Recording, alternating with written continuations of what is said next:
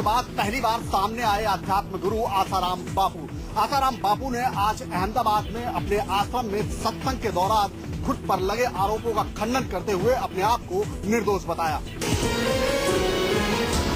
जोधपुर में नाबालिग लड़की से रेप केस में आसाराम बापू फंसते जा रहे हैं। कल तक बापू और उनके सिपहसालार ये मानने को तैयार नहीं थे कि वो जोधपुर में गए थे और उनकी मुलाकात आरोप लगाने वाली लड़की से हुई थी, लेकिन लगता है कि कानून के कस्ते शिकंजे का एहसास आसाराम बापू को भी हो चला है। आरोपों के बाद आज आसाराम बापू पहली बार कैमरे के सामने आए। आसाराम बापू ने कहा कि कुछ ताकतें उन्हें फंसाने की साजिश रच रही हैं। अगर उनके आरोपों में दम है तो उसे साबित करके दिखाएं। बापू ने कहा कि मेडिकल रिपोर्ट में दूध का दूध और पानी का पानी हो जाएगा। आसाराम बापू ने कहा कि आरोप तो संतों पर लगते रहे हैं, लेकिन आरोप लगने से कुछ भी साबित नहीं होता है। आसाराम ने अपने ही अंदाज में मीडिया पर भी हमला किया।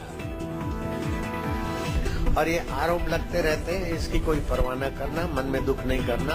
राम सुखदास पर इतने संगीन आरोप लगे थे राजस्थान में कि उन्होंने अन्न जल छोड़ दिया।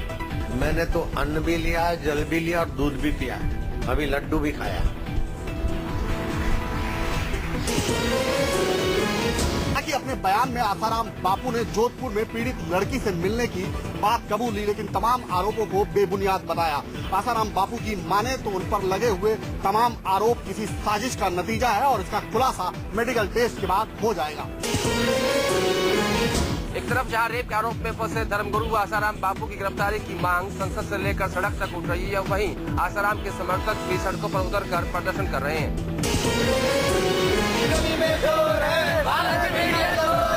हाथों में बैनर पोस्टर लेकर हो हल्ला करते ये हैं आसाराम बापू के भक्त। बापू के ये भक्त आसाराम के ऊपर लगे रेप के आरोप से नाराज हैं। आसाराम की गिरफ्तारी और मीडिया की तरफ से आसाराम के खिलाफ खबर दिखाए जाने पर अपनी नाराजगी जताने आज आसाराम समर्थक सड़कों पर उतरे। गुस्साई भीड़ ने दिल्ली के कमला नगर मार्केट थाने का घेराव किया।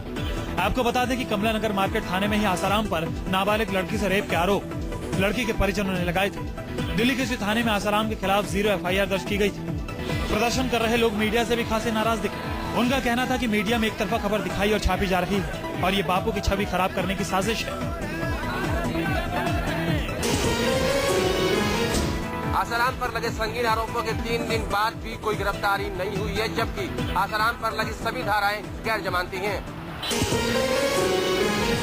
पिछले दिसंबर में पूरे देश को हिला देने वाले दिल्ली गैंगरेप की तर्ज पर मुंबई में एक महिला फोटो जर्नलिस्ट के साथ हुई है गैंगरेप की वारदात के 24 घंटे के भीतर मुंबई पुलिस ने मामले को सुलझाने का दावा किया है। मुंबई पुलिस के मुताबिक पीड़ित फोटो जर्नलिस्ट कल शाम 6:30 बजे महालक्ष्मी में बंद पड़ी शक्ति मिल के खंडहर में फोटोग्राफी करने गई थी। उसके साथ उसका एक सहयोगी भी था। फोटोग्राफी के दौरान वहां पहले से मौजूद 2 बदमाश उनसे उलझ गए तो वहाँ पर आरोपी लोग आए। उनमें से एक बोलने लगा कि नहीं, ये लड़का वही है जिसने यहाँ मर्डर किया कई दिन पहले। उसने बोला कि नहीं, मैं तो पहली बार आ रहा हूँ, मैंने तो कोई मर्डर नहीं किया। मुंबई पुलिस का दावा है कि बदमाशों ने फोन करके अपने 3 साथियों को भी मौके पर बुला लिया। इसके बाद बदमाशों ने फोटो जर्नलिस्ट के साथ मौके पर मौजूद उसके साथी को बेल्ट से बांध दिया। उसमें से जो बाद में जो लड़का आया था, अपनी बेल्ट निकाल करके इस लड़के के हाथ थोड़ा पीछे बांध कर रखे, लेकिन वो खुल के बेल्ट से ठीक नहीं बंधे, दोबारा बांधे। लड़के को बांधने के बाद बदमाश लड़की को पूछताछ के बहाने पास के खंडहर में ले गए, जहां बारी बारी से उसके साथ रेप किया गया। पूछताछ करने के बहाने लड़की को 15-20 फुट लेकर के वहाँ बड़े झाड़ हैं, कुछ लोग शायद गए भी होंगे उधर, झाड़ झंकार काफी हैं उधर। 2 आरोपी जो थे, जो ये लड़का था उसके साथ रहे और बारी बारी से इन लोगों ने ये विभत्स काम किया। मुंबई पुलिस के मुताबिक वारदात के बाद बदमाश मौके से फरार हो गए और लड़की अपने साथी के साथ किसी तरह अस्पताल पहुंची।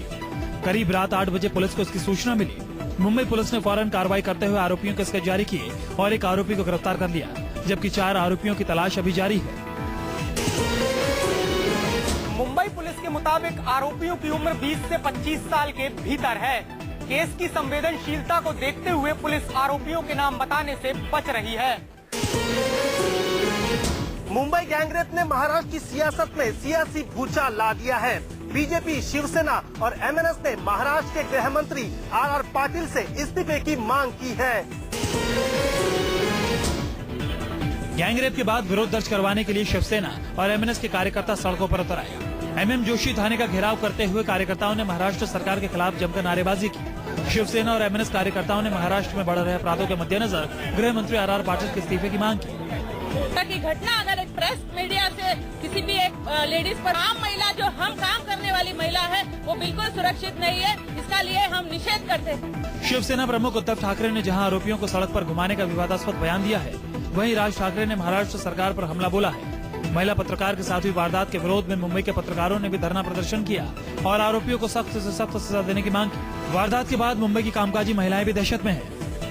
मुंबई के स्पिरिट पे यह बलात्कार है, मुंबई के लॉ एंड ऑर्डर पे यह रेप है और मुंबई पर राज करने वाले कांग्रेस और राष्ट्रवादी कांग्रेस ने बलात्कारित महिलाओं का चित्र पूरे दुनिया भर में किया है। इसका हम निषेध करने के लिए आए।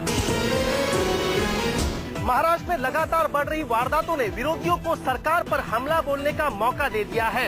आने वाले लोकसभा चुनाव के मद्देनजर सियासी पार्टियां इस मुद्दे को जोर शोर से उठाने के प्रयास में हैं। मुंबई में गैंग रेप के बाद महाराष्ट्र सरकार पर भड़क गए हैं राज ठाकरे। राज ठाकरे ने गृह मंत्री आर पाटिल को चूड़ियां भेजने की अपील की है। मुंबई गैंगरेप के बाद गुस्से में है एमएनएस सुप्रीमो राज ठाकरे। राज ठाकरे ने आज महाराष्ट्र के गृह मंत्री आर पाटिल पर बोला सीधा हमला। मुंबई में लगातार खराब होती कानून व्यवस्था के लिए गृह मंत्री को जिम्मेदार मानते हुए राज ठाकरे ने कहा कि गृह मंत्री आर पाटिल को शर्म नहीं आती है। महाराष्ट्र की माताओं और बहनों से विनती है कि वो चूड़ियों से भरा डिब्बा गृह मंत्री पाटिल को भेजे ताकि वो इस्तीफा दे। 2008 साली ज्या वेळेला ताजवरती आणि इतर गोष्टींवरती ज्यावेळेला हल्ले झाले, त्या घटनेनंतर या आर पाटलांना गृहमंत्री पदावरनं काढून टाकलं होतं, बरोबर ना? आणि निवडणुका झाल्यावरती पुन्हा ह्यांना गृहमंत्रीपदी आणलं. का आणलं मला माहित नाही, काय क्वालिफिकेशनवरती आणलं कल्पना नाही. आणि मी अनेकदा ही गोष्ट बोललेलो आहे की आर पाटील हा गृह खातं सांभाळण्यासाठी सक्षम माणूस नाही. राज ठाकरे आर पाटिल पर बड़ा हमला करते हुए शरद पवार का कुरियर बॉय तक कह दिया। या फक्त शरद पवार साहेबांना दिल्लीत पोहोचवण्यासाठी बसवलेला माणूस आहे, याचा गृह खात्याशी काही संबंध नाही. ही कुरियर सर्व्हिस आहे. इस पूरी विवाद के बीच आर पाटिल ने मुंबई पुलिस को कड़े आदेश दिए हैं। मुंबई पुलिस को कहा है कि अगर कोई भी महिला पत्रकार किसी सुनसान जगहों पर रिपोर्टिंग करने के लिए अकेले जाती है तो उसे पुलिस प्रोटेक्शन दिया जाए।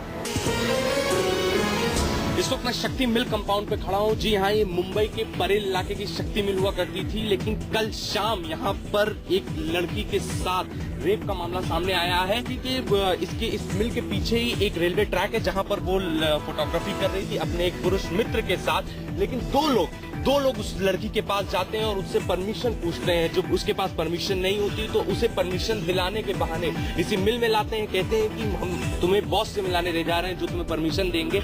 ऐसा कहने के बाद वो लड़की उनके साथ इस मिल में आती है और जो उस लड़की का पुरुष दोस्त है वो बाहर ही उसको खड़ा कर देते हैं, उसको एक तरीके से बंधक बना लेते हैं। जिसके बाद उस लड़की के साथ इस मिल के अंदर आप देख सकते हैं, मैं आपको दिखाना चाहूंगा वो जगह जहाँ पर उस लड़की के साथ रेप हुआ। इसी जगह उस लड़की को ले जाते हैं, वहाँ रेप करते हैं उसका। 5 लोग मिलके और उसके बाद वहाँ से भाग जाते हैं। वो लड़की टाइम आउट मैगजीन की एक पत्रकार है और जो कि अपने कुछ फोटोग्राफी मिशन के चलते इस लोकेशन पे आई थी, लेकिन उसको क्या पता था कि वो दरिंदों का शिकार हो जाएगी। मुंबई गैंगरेप की गूंज आज संसद के दोनों सदनों में सुनाई पड़ी। सभी पार्टियों के सदस्यों ने एक स्वर में इस घटना की निंदा करते हुए आरोपियों के खिलाफ सख्त से सख्त कार्रवाई करने की मांग की। संसद के दोनों सदनों में आज मुंबई गैंगरेप का मुद्दा गूंजा। सभी पार्टियों के नेताओं ने मुंबई में फोटो जर्नलिस्ट के साथ गैंगरेप की कड़ी निंदा की। लोकसभा स्पीकर मीरा कुमार ने कहा कि ये बहुत दुर्भाग्यपूर्ण घटना है। देखिए, ये बहुत ही दुर्भाग्यपूर्ण है और इसकी जितनी निंदा की जाए वो कम है। राज्यसभा में बीजेपी की नेता स्मृति ईरानी ने मुंबई गैंगरेप के मुद्दे को उठाते हुए प्रश्नकाल को स्थगित करने की मांग की। मैंने जो नोटिस दिया है सस्पेंशन ऑफ क्वेश्चन आवर का, उसके माध्यम से मैं सरकार से एक प्रश्न ये करने वाली हूँ कि क्या महज लेजिस्लेशन पास करके आप महिला को सुरक्षित कर सकते हैं देश में? आज जरूरत क्या है कि हम लॉ को, कानून को इम्प्लीमेंट करने में भी ज्यादा तवज्जो दें। कांग्रेस ने भी मुंबई गैंगरेप की निंदा की है। गृह मंत्री शिंदे का कहना है कि वो हालात पर नजर बनाए हुए हैं। मैंने कमिश्नर ऑफ पुलिस से बात की है, पूरा इन्वेस्टिगेशन कर रहे हैं। सांसदों का मानना है कि बलात्कार जैसी घटनाओं को रोकने के लिए सामाजिक सुधार के साथ ही साथ कानूनी डर का भी होना जरूरी है। ऐसे में सिर्फ कानून बनाने से नहीं होगा, बल्कि उसे सख्ती से लागू करने की भी जरूरत है। सरकार ने विपक्ष के विरोध के बाद अलग तेलंगाना राज्य के गठन का विरोध करने वाले 12 सांसदों को निलंबन का प्रस्ताव वापस ले लिया। हालांकि स्पीकर ने बाद में इन सभी सांसदों को निलंबित कर दिया है। लोकसभा स्पीकर मीरा कुमार ने आज आंध्र प्रदेश के 12 सांसदों को सदन से निलंबित कर दिया, जिनमें 8 कांग्रेस के जबकि 4 टीडीपी के सांसद हैं। इन सभी सांसदों पर सदन की कार्रवाई बाधित करने का आरोप है। कल लोकसभा में सरकार ने सांसदों के निलंबन का प्रस्ताव रखा था। आज स्पीकर मीरा कुमार ने इस मुद्दे पर सर्वदलीय बैठक बुलाई थी। हालांकि पहली बैठक में सहमति नहीं बन पाई। इसके बाद सदन की कार्रवाई शुरू हुई, जो हंगामे के बाद एक बार फिर स्थगित हो गई। लोकसभा स्पीकर के दफ्तर में दोबारा सर्वदलीय बैठक हुई। इसके बाद सदन में सरकार ने अपना निलंबन प्रस्ताव वापस ले लिया। सरकार के प्रस्ताव वापस लेने के बाद मीरा कुमार ने 12 सांसदों को निलंबित कर दिया। ये सांसद अब सदन की कार्यवाही में हिस्सा नहीं ले सकेंगे। लोकसभा कल तक के लिए स्थगित कर दी गई है।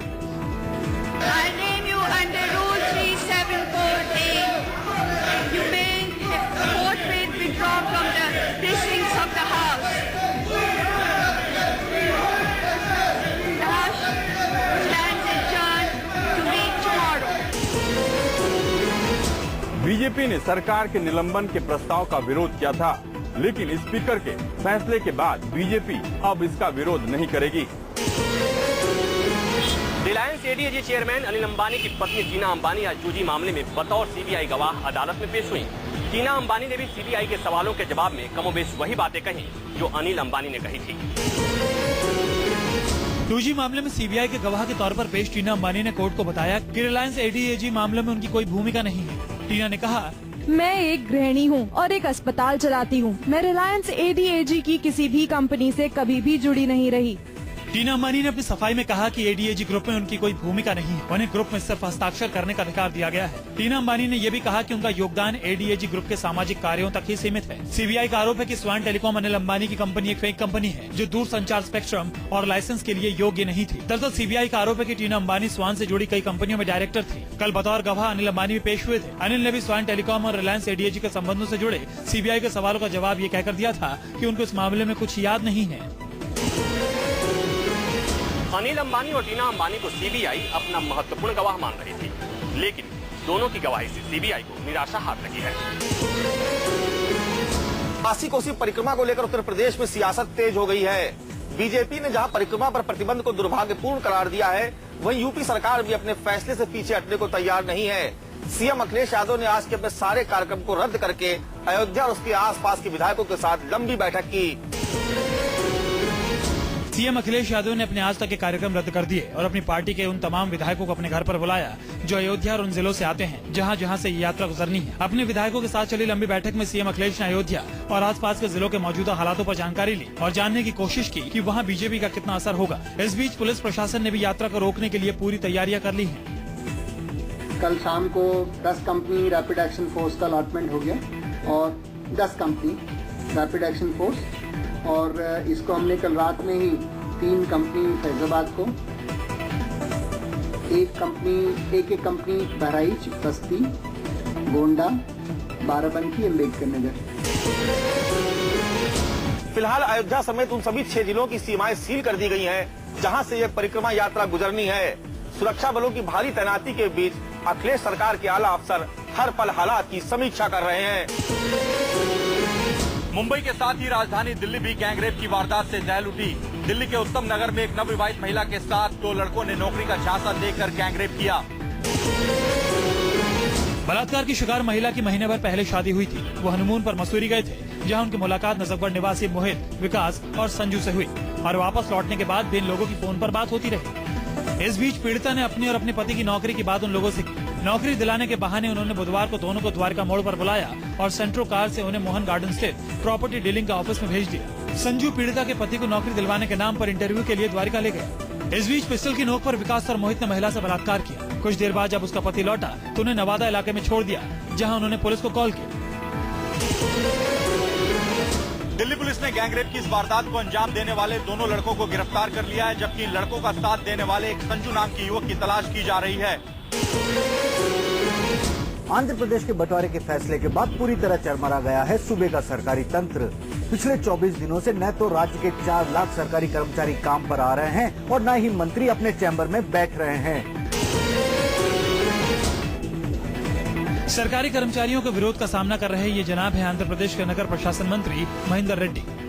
करीब 20 दिन बाद जब ये अपने दफ्तर में कामकाज के लिए आए तो इन्हें सीमांध्र के कर्मचारियों ने चैम्बर में घुसने से रोक दिया। कर्मचारियों के दबाव में मंत्री जी को बैरंगी लौटना पड़ा। दरअसल आंध्र सचिवालय में पिछले 24 दिनों से कुछ ऐसा ही नजारा है। इसकी वजह से मंत्रियों ने सचिवालय आना बंद कर दिया है और जो कुछ एक मंत्री हिम्मत जुटाकर आ रहे हैं उन्हें सीमांध्र के सरकारी कर्मचारी चैम्बर में घुसने नहीं दे रहे। हालांकि बंटवारे के मसले पर सरकारी कर्मचारी भी दो धड़े में बढ़ गए हैं, कुछ बंद के समर्थन में और विरोध में। बंद में 2 लाख टीचरों के शामिल होने से शिक्षा व्यवस्था भी बुरी तरह चरमरा गई है।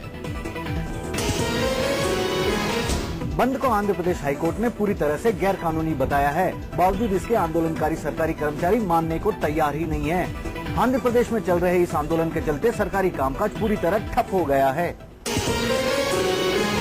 उत्तर प्रदेश के चंदौली में हुआ एक भयानक ट्रक हादसा। ट्रक हादसे में ट्रक के ड्राइवर और क्लीनर की बहादुरी से गांव वालों ने जान बचा ली।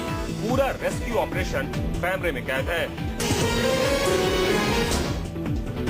हादसे के बाद से ही ट्रक में फंसे लोगों को इलाके के लोग बचाने की कोशिश में लगे, लेकिन ये रेस्क्यू इतना आसान नहीं था। रेस्क्यू के रास्ते में सबसे बड़ा रोड़ा बना ट्रक में लगा दर्जनों टन वजनी सरिया, जो हादसे के बाद ड्राइवर और क्लीनर के ऊपर आ गया था। कुछ लोगों ने ड्राइवर को संभाला तो कुछ ने क्लीनर को। कोई इनको पंखे से हवा करता रहा तो कोई इनके सूखे गले को तर करता रहा, तो कुछ लोगों ने इसकी हौसला अफजाई भी की। दोनों के पैर सरिये के ढेर में इस कदर फंसे हुए थे कि गाँव वालों की कोशिशें साकार नहीं हो पा रही थी। तभी गैस कटर के साथ मौके पर पुलिस टीम ने सरिये को काट कर उन्हें अलग किया। और इसके बाद गांव वालों ने एक एक सरिये को ट्रेलर से उठाकर फेंकना शुरू कर दिया और 4 घंटे की कड़ी मेहनत के बाद इन दोनों की जान बचाई जा सकी। सरिये से लदा हुआ यह ट्रक झारखंड से राजस्थान जा रहा था। तभी चंदौली में नेशनल हाईवे के पास तेज रफ्तार की एक ट्रक को ओवरटेक करने के चक्कर में ये डिवाइडर से जा टकराया। यूपी के मुरादाबाद में नशे में धुत एक पुलिस वाले ने किया खाकी को शर्मसार। अस्पताल में हंगामा करे उस दरोगा ने मीडिया के कैमरों को भी तोड़ने की कोशिश की। मीडिया कर्मी का कैमरा छीन रहे महाशय यूपी पुलिस के दारोगा हैं और मुरादाबाद कोतवाली में तैनात शराब के नशे में मस्त दारोगा साहब अपने कदमों पर खड़े तक नहीं हो पा रहे। शराब के नशे में जनाब ने ऐसा आपा खोया कि वर्दी की सारी मर्यादा ही भूल गए। पहले तो दारोगा साहब ने मुरादाबाद जिला अस्पताल में खूब बवाल काटा, फिर जब मीडिया वालों ने उन्हें वर्दी की याद दिलाई तो वो मीडिया कर्मियों से ही मारपीट करने को उतारू हो गए।